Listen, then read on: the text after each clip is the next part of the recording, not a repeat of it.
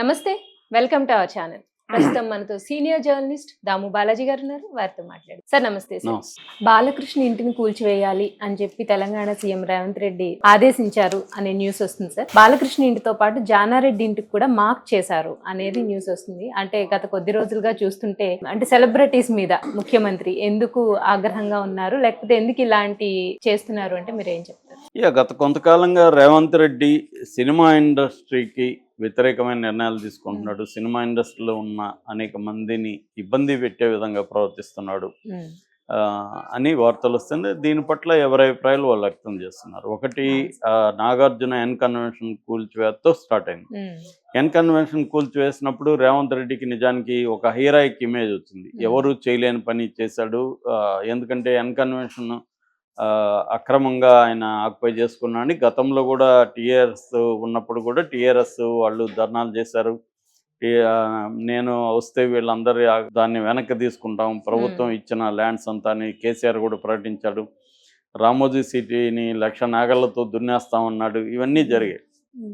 కానీ ఆయన వచ్చినాక ఏమీ జరగలేదు. 2 రోజులు 3 రోజులు హడావిడి నడిచింది, ఏమీ జరగలేదు. అంటే గవర్నమెంట్ సినిమా వాళ్ళకి ఏ పర్పస్ కోసం ఇచ్చిందో ఆ పర్పస్ కాకుండా, అంటే సినిమా రంగాన్ని డెవలప్ చేయడం కోసం ల్యాండ్స్ ఇచ్చింది. ఎనీ పరిశ్రమలకి ల్యాండ్స్ ఇస్తుంది తక్కువ రేట్లకి. తర్వాత ఇన్ఫ్రాస్ట్రక్చర్ ప్రొవైడ్ చేస్తుంది. అది మన దేశంలో అభివృద్ధి మోడల్లో ఉన్న పద్ధతి. అలాగే సినిమా రంగానికి కూడా ఇచ్చారు అప్పుడు. ఎందుకంటే చెన్నై నుంచి ఇక్కడికి షిఫ్ట్ కావాలంటే ఇక్కడ ప్రొవైడ్ చేయాలి కాబట్టి అవన్నీ చేశారు. చేసినప్పుడు వాళ్ళు ఆ పర్పస్కి వాడకుండా దాన్ని రియల్ ఎస్టేట్కు ఇంకొక కమర్షియల్ ఆస్పెక్ట్ పబ్బులో గిబ్బులో పెట్టుకుంటే దాన్ని వెనక్కి తీసుకోవాలనేది ఉన్నింది. కానీ అవేమి చేయలే. కాబట్టి రేవంత్ రెడ్డి రాగానే చాలా సాహసోపేతంగా హైడ్రా పెట్టి హైడ్రాతో ఎన్ కన్వెన్షన్ టచ్ చేయడం అనేది రేవంత్ రెడ్డికి చాలా మంచి పేరు తీసుకొచ్చింది. ఎందుకంటే హైదరాబాద్లో వరదలు ఇవన్నీ చూస్తున్నాం కాబట్టి రేవంత్ రెడ్డి ఒక హీరోలాగా, ఒక సేవియర్ లాగా అనిపించాడు. కానీ అది తుస్సిపోయింది. 2 రోజుల తర్వాత ఆయన పెద్దవాళ్ళ జోలికి ఎవరికి వెళ్లకుండా చిన్నవాళ్ళ జోలికి వెళ్ళడం మొదలుపెట్టింది. అంత హైకోర్టు కూడా ఇన్వాల్వ్ అయింది. హైకోర్టు అసలు ఇది లీగల్గా కరెక్టా కాదా దగ్గర నుంచి ఇంకా అనేక విషయాలని హైకోర్టు కూడా ప్రశ్నించడం మొదలుపెట్టింది. ఈ లోపల రేవంత్ రెడ్డి మూసీ ప్రక్షాళన సుందరీకరణ పేరుతో మూసీ దగ్గర ఉన్న వాళ్ళని ఖాళీ చేయించడం చేశాడు. అది కూడా ఇబ్బంది అయింది. ఈ క్రమంలో కొద్ది రోజులుగా హైడ్రా కానీ పెద్ద కార్యక్రమాలు చేయట్లేదు. అయితే మోహన్ బాబుకి సంబంధించి కేసులను సీరియస్గా పెట్టడం, మోహన్ బాబు మీద హత్య కేసు అనేది ఫస్ట్ టైం ఇలాగ పెట్టి అరెస్ట్ చేయబోతున్నారు ఆ స్థాయిలో. మోహన్ బాబు ఇద్దరు కొడుకుల్ని పిలిచి వార్నింగ్ ఇవ్వడం, సిపి మోహన్ బాబుని కూడా రమ్మనడం, ఈ లోపల ఆయన కోర్టుకు వెళ్ళడం, ఇవన్నీ పట్టపట్టాలని జరిగిపోయాయి. ఈ లోపల అల్లు అర్జున్ విషయం, అల్లు అర్జున్ మీద కేసు పెట్టారు. అల్లు అర్జున్ని అరెస్ట్ చేయరని అందరూ అనుకున్నారు, కానీ అల్లు అర్జున్ని అరెస్ట్ చేశారు. ఇది నేషనల్ వైడ్ ఇష్యూ అయిపోయింది. ఎందుకంటే మోహన్ బాబుదో నాగార్జునదో నేషనల్ వైడ్ ఇష్యూ కాదు. కానీ అల్లు అర్జున్ పుష్ప 2 నేషనల్ లెవెల్లో ఆల్ రికార్డ్స్ని బ్రేక్ చేసేసి ముఖ్యంగా నార్త్లో 500 కోట్లు నిన్నటికి దాటేసింది. సో నార్త్లో ఈ స్థాయి కలెక్షన్లు ఏ సినిమా లేదు. ఒకసారిగా నార్త్ ఇండస్ట్రీ అంతా షాక్కు గురైంది. సో అల్లు అర్జున్ విపరీతంగా పాపులర్ అయ్యాడు. ఇంకా సినిమా ఆడుతుంది బాగా. ఈ కాంటెక్స్లో ఇప్పుడు టైమింగ్ కూడా రాంగ్ టైమింగ్ రేవంత్ రెడ్డి ఎన్నుకున్నాడు. ఎప్పుడైతే అరెస్ట్ చేశారో ఇది నేషనల్ మీడియా. రెండోది ఏంటంటే national media, majority media BJP కంట్రోల్లో ఉంటుంది. వాళ్ళకి ఇది ఒక మంచి అవకాశం. కాంగ్రెస్ పార్టీకి వ్యతిరేకంగా దీన్ని ఫోకస్ అలా తిప్పేశారు.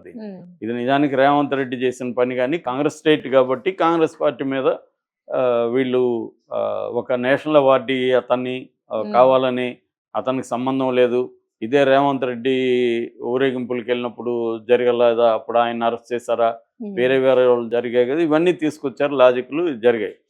దాంతో రేవంత్ రెడ్డి సైలెంట్గా ఉంటాడు అనుకుంటే ఇప్పుడు ఇంకొక ఉపద్రవం వచ్చింది. అదేంటంటే సాక్షాత్తు బాలకృష్ణ ఒక పక్క రేవంత్ రెడ్డి చంద్రబాబు మనిషి అని ప్రచారం జరుగుతుంది. చంద్రబాబు చెప్పినట్టు వింటాడని. ఎందుకంటే చంద్రబాబు మొన్న ఎన్నికల్లో కూడా కాంగ్రెస్ సపోర్ట్ చేశారు.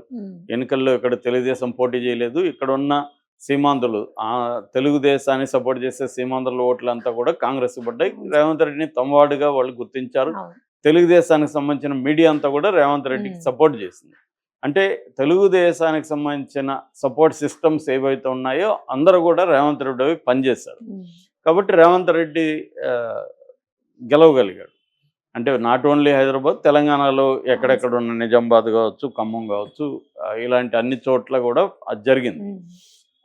దానివల్ల తర్వాత కూడా చంద్రబాబు చెప్పినట్టు రేవంత్ రెడ్డి వింటాడు. ఒకప్పుడు రేవంత్ రెడ్డి ఆయన దగ్గర పనిచేశారు కాబట్టి మా బాస్ అని కూడా ఆయనే వీడియోలో కూడా ఉంది కదా, ఓటుకు నోటు కేసులో కూడా మా బాస్ మాట్లాడతాడు. బాస్ అంటే ఇంకా చంద్రబాబు కదా. అలాగా ఉన్న దీన్ని సడన్గా బాలకృష్ణ ఇంటికి నిన్న జూబ్లీ హిల్స్ రోడ్ నెంబర్ 45లో ఉంటుంది, అందరికీ తెలుసు బాలకృష్ణ ఇల్లు. అక్కడ వెళ్ళి మార్క్ చేశారు. 6 అడుగుల వరకు కొట్టేస్తామని మార్క్ చేసి వచ్చారు. ఇది ఇప్పుడు సంచలనమైంది. బాలకృష్ణ కూడా కోపంగా ఉన్నాడని చెప్తున్నారు. యాక్చువల్గా అల్లు అర్జున్ అరెస్ట్ని ఖండించిన వాళ్ళలో ముందుగా బాలకృష్ణ కూడా ఖండించారు.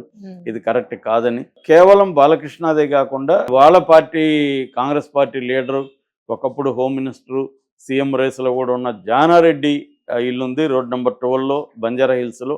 ఆయన ఇంటికి కూడా మార్క్ చేశారు. ఆయన చాలా తీవ్రంగా ఎప్పుడూ నేను చూడలేదు ఇలాంటి అరాచకం, నా ఇంటికే మీరు ఇట్లా చేస్తారా అని అధికారుల్ని నేను సీఎంతో మాట్లాడతాను, దీన్ని అంత ఈజీగా వదలను, నేనైతే నా ఇల్లుని కొట్టడానికి ఒప్పుకోనని ఆయన గట్టిగా మాట్లాడినట్టు తెలుస్తుంది. అట్లాగే అల్లు అర్జున్ మామ వాళ్ళ ఇల్లు కూడా ఉంది దీంట్లోని, అక్కడ ఆయనది కూడా చేయబోతున్నారని చెప్తున్నారు. అట్లాగే ఇద్దరు పెద్ద మీడియా యజమానులవి ఆస్తులు కూడా అక్కడ ఉన్నాయని చెప్తున్నారు. అట్లాగే అనేక మంది బడా వ్యాపారవేత్తల ఇండ్లు కూడా అక్కడ ఉన్నాయని చెప్తున్నారు. ఇది ఎందుకు అసలు అంటే కక్షగట్టి చేస్తున్నాడా రేవంత్ రెడ్డి ఏంటన్నప్పుడు, రేవంత్ రెడ్డి కక్షగట్టి ఏం చేయట్లేదు. రేవంత్ రెడ్డి ఏం చేస్తున్నాడు అంటే హైదరాబాద్ని అభివృద్ధి చేసే క్రమంలో ట్రాఫిక్ సమస్యలు మనకు తెలుసు. జూబ్లీ హిల్స్ వైపు వెళ్ళే వాళ్ళకి అందరికీ తెలుసు, కేబీఆర్ పార్క్ చుట్టూ విపరీతమైన ట్రాఫిక్ జామ్ ఉంటుంది, గంటలు ఆగిపోతుంటుంది ట్రాఫిక్.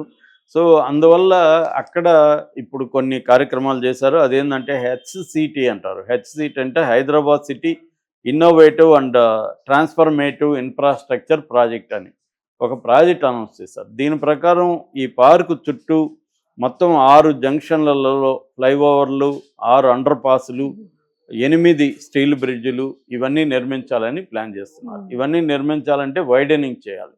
వైడనింగ్ చేయాలంటే దారికి పక్కనున్న ఇండ్లు కావచ్చు, ఇంకోటి కావచ్చు, వాటిని కొట్టేయాలి కొంతవరకు. మొత్తం ఇల్లు కూలగొట్టరు. ఇప్పుడు నేను చెప్పినట్టుగా 6 ఫీట్ బాలకృష్ణ ఇల్లులో ఏమేమి ఉన్నాయో అవన్నీ కూలగొట్టాలి. అది ఎవరిదైనా సరే. అది చేయకపోతే ఇది చేయలేం. కాబట్టి ఈయన ఏదో బాలకృష్ణ మీద కోపం ఇంకోటి కాదు. ఎవరిదైనా ఇప్పుడు ఆయన కాంగ్రెస్లోనే ఉన్నాడు కదా జానారెడ్డి, అల్లు అర్జున్ మామ కూడా కాంగ్రెసే కదా, వాళ్ళది కూడా చేస్తున్నాడు కదా. ఇందులో రేవంత్ రెడ్డి ఏదో కక్ష పెట్టుకొని చేయడం అనేది అయితే కరెక్ట్ కాదు. కానీ పిక్చర్ ఎలాగ వస్తుంది, రేవంత్ రెడ్డి కక్ష పెట్టుకొని ఏదో చేస్తున్నాడు అనేది వస్తుంది. సో కానీ ఇది అనివార్యం. ఎందుకంటే సిటీ నీకు డెవలప్ అవ్వాలన్నప్పుడు దానికి అడ్డుగా ఉన్న వాటిని తొలగించాలి. కాకపోతే ఇక్కడ బాలకృష్ణ ఇల్లు, జానారెడ్డి ఇల్లు ఉండడం వల్ల ఇది వైరల్ అవుతుంది. వీళ్ళు ఇస్తారా లేదా, ఇవ్వకపోతే రేవంత్ రెడ్డి బలవంతంగా కూలగొడితే అది మళ్ళీ నేషనల్ ఇష్యూలు అయ్యే అవకాశం ఉంది, మళ్ళీ కోర్టులు ఇన్వాల్వ్ అయ్యే అవకాశం ఉంది. సో ఒక పక్కేమో సిటీ డెవలప్ చేయాలి, సిటీ ట్రాఫిక్ ఇష్యూస్ని సాల్వ్ చేయాలి, ఫ్లైఓవర్లు తీసుకురావాలి, ఇవన్నీ బీఆర్ఎస్ కూడా చేశారు. కాకపోతే కొన్ని చోట్ల అడ్డంకులు ఉన్నాయి. ఇప్పటికి కూడా ఓల్డ్ సిటీలో మెట్రో వెళ్ళకపోవడానికి కారణం అక్కడ ముస్లిం ప్రిడామినెంట్గా ఉండడం, వాళ్ళు ఇవ్వడానికి ఒప్పుకోకపోవడం, ఇలాంటి సమస్యలు ఉన్నాయి. కాకపోతే ఇప్పుడు వాళ్ళతో మాట్లాడడం, వాళ్ళకి కాంపన్సేషన్ ఇవ్వడం, వాళ్ళని కన్విన్స్ చేయడం అన్న పద్ధతి రేవంత్ రెడ్డి వెళ్ళాలి. లేకపోతే రేవంత్ రెడ్డికి వ్యతిరేకత వచ్చే అవకాశం ఉంది. రేపొద్దున ఇప్పుడు కాంగ్రెస్ నాయకులు కూడా ఆందోళన చెందుతున్నారు. ఎందుకంటే సీమాంధ్రులకు చెందిన వాళ్ళని ఎప్పుడు కూడా కేసీఆర్ టార్గెట్ చేసి చేయలేదు. మాట్లాడారు తప్ప సీమాంధ్రులకి ఒకరికి కూడా చిన్న గాయం కాలేదు, ఒక షాపు కూడా ధ్వంసం కాలేదు, ఏమీ కాలేదు. కానీ ఇక్కడ టార్గెట్ చేసి ఇప్పుడు సీమాంధ్రను చేస్తే సీమాంధ్ర ఓట్లు రేపు కాంగ్రెస్ పార్టీకి ఇబ్బంది కదా. నెక్స్ట్ 2026లో జిహెచ్ఎంసీ ఎన్నికలు వస్తున్నాయి, స్థానిక ఎన్నికలు జరగబోతున్నాయి. ఇక్కడంతా కానీ దెబ్బ తగిలితే రేవంత్ రెడ్డికి కూడా దెబ్బ. ఆల్రెడీ పార్లమెంట్ ఎన్నికల్లోనే ఆశించిన రిజల్ట్ రాలేదని ఇక్కడ ఫ్యాక్ట్ ఫైండింగ్ కమిటీ కూడా కాంగ్రెస్ అధిష్టానం వేసింది. కాకపోతే ఏంటంటే రేవంత్ రెడ్డికి ఉన్న ధైర్యం ఏంటంటే రాహుల్ గాంధీ రేవంత్ రెడ్డిని కదిపే పరిస్థితి ఇవ్వలేదు. ఉన్నవే 3 స్టేట్లు వాళ్ళకి, ఈ 3 స్టేట్లో కలబెట్టి వీళ్ళని గందరగోళం చేస్తే ఇబ్బంది అని చెప్పి రేవంత్ రెడ్డి ఏం చేస్తున్నాడంటే ఆ ధైర్యంగా వెళ్ళడానికి అది కూడా ఒక కారణం. అంటే రాహుల్ గాంధీ ఏమి చేయలేడు, నన్ను కథపడేయలేవు, అందుకని నేను ధైర్యంగా వెళితే మనకు ఉమ్. పేరు వస్తుంది, ఒక రాజశేఖర రెడ్డి లాగా మనం నిలబడచ్చు